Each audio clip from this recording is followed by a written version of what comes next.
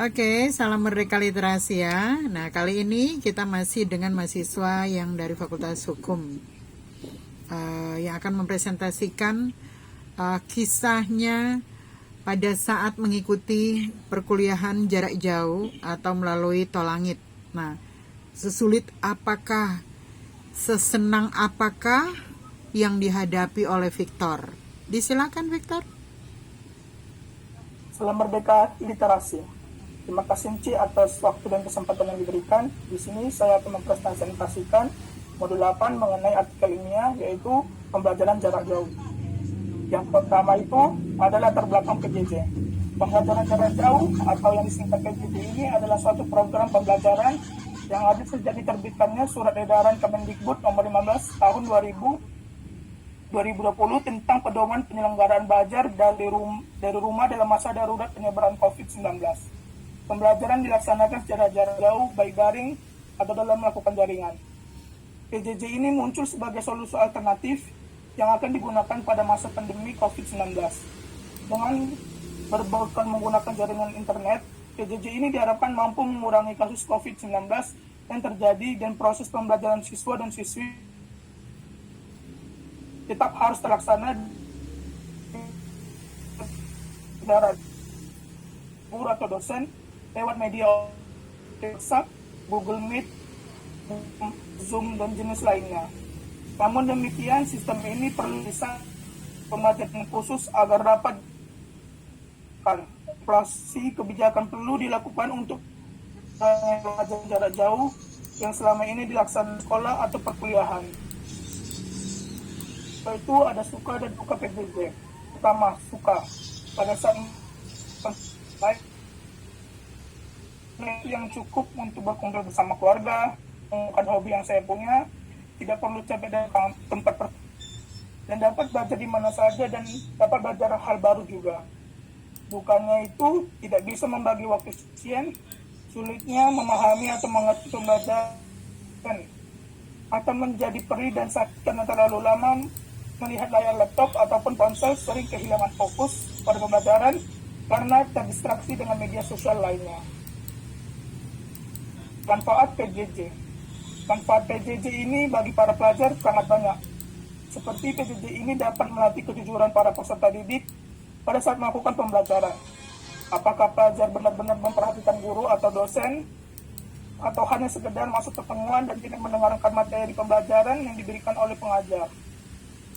Baru, PJJ ini dapat melatih kemampuan pelajar dalam membagi waktu antara belajar dan waktu bersantai.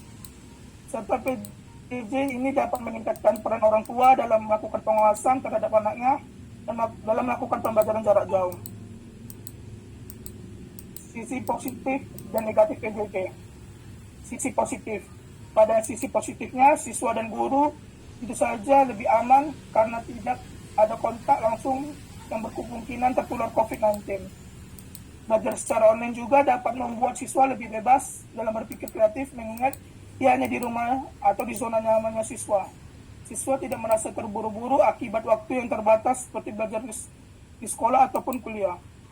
Sisi negatif, tidak seluruh siswa dan guru mempunyai gawai yang mumpuni. Terbatasnya kuota internet juga, terhambatnya proses belajar mengajar sehingga banyak siswa yang ketinggalan pelajaran. Aktivitas belajar mengajar secara online ini. Banyak siswa yang mulai bosan sehingga tidak bisa menerima materi pelajaran diberikan. Solusi PJJ.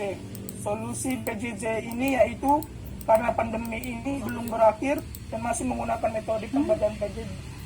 Sebaiknya pemerintah melakukan bantuan kuota gratis pada pelajar. Karena pada saat melakukan PJJ seperti ini membutuhkan kuota yang sangat besar. Pemerintah juga harus memperhatikan dan memperbaiki kualitas jaringan, terkhususnya di bagian daerah pelosok yang jaringannya kurang stabil. Pemerintah juga harus memberikan bantuan kepada pelajar yang tidak memiliki ponsel atau gawai dalam melakukan pembelajaran. Karena pada daerah yang jauh dari perkotaan, banyak sekali pelajar yang tidak memiliki ponsel dalam pembelajaran PJJ pada masa COVID-19 ini. Guru atau dosen juga perlu mengajarkan pada siswa bagaimana cara menggunakan aplikasi yang digunakan dalam PJJ. Harapan selama PJJ yaitu perlu adanya perbaikan jaringan agar semua para pelajar tidak terkendala pada saat melakukan PJJ. Kedua, tambahan kuota lebih diperbanyak lagi dan pemberian bantuannya dipercepat karena banyak sekali pelajar yang belum menerima bantuan kuota hingga saat ini. Ketiga, bagi pengajar hendaknya lebih membuat sistem belajar yang bervariasi seperti adanya diskusi kelas antara pelajar dan pengajar, membuat kuis yang menarik mengenai materi pembelajaran. Keempat, tidak memberikan pekerjaan yang terlalu banyak bagi pelajar.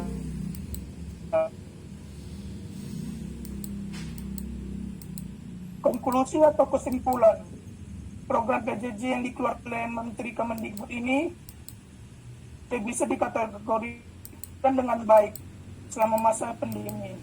Mungkin apabila ada sisi kita harus jauh lebih baik dalam memberi solusi program PJJ ini. Sekian presentasi yang saya sampaikan. Terima kasih. Terima kasih Victor. Salam Merdeka Literasi ya. Terima kasih, Ci.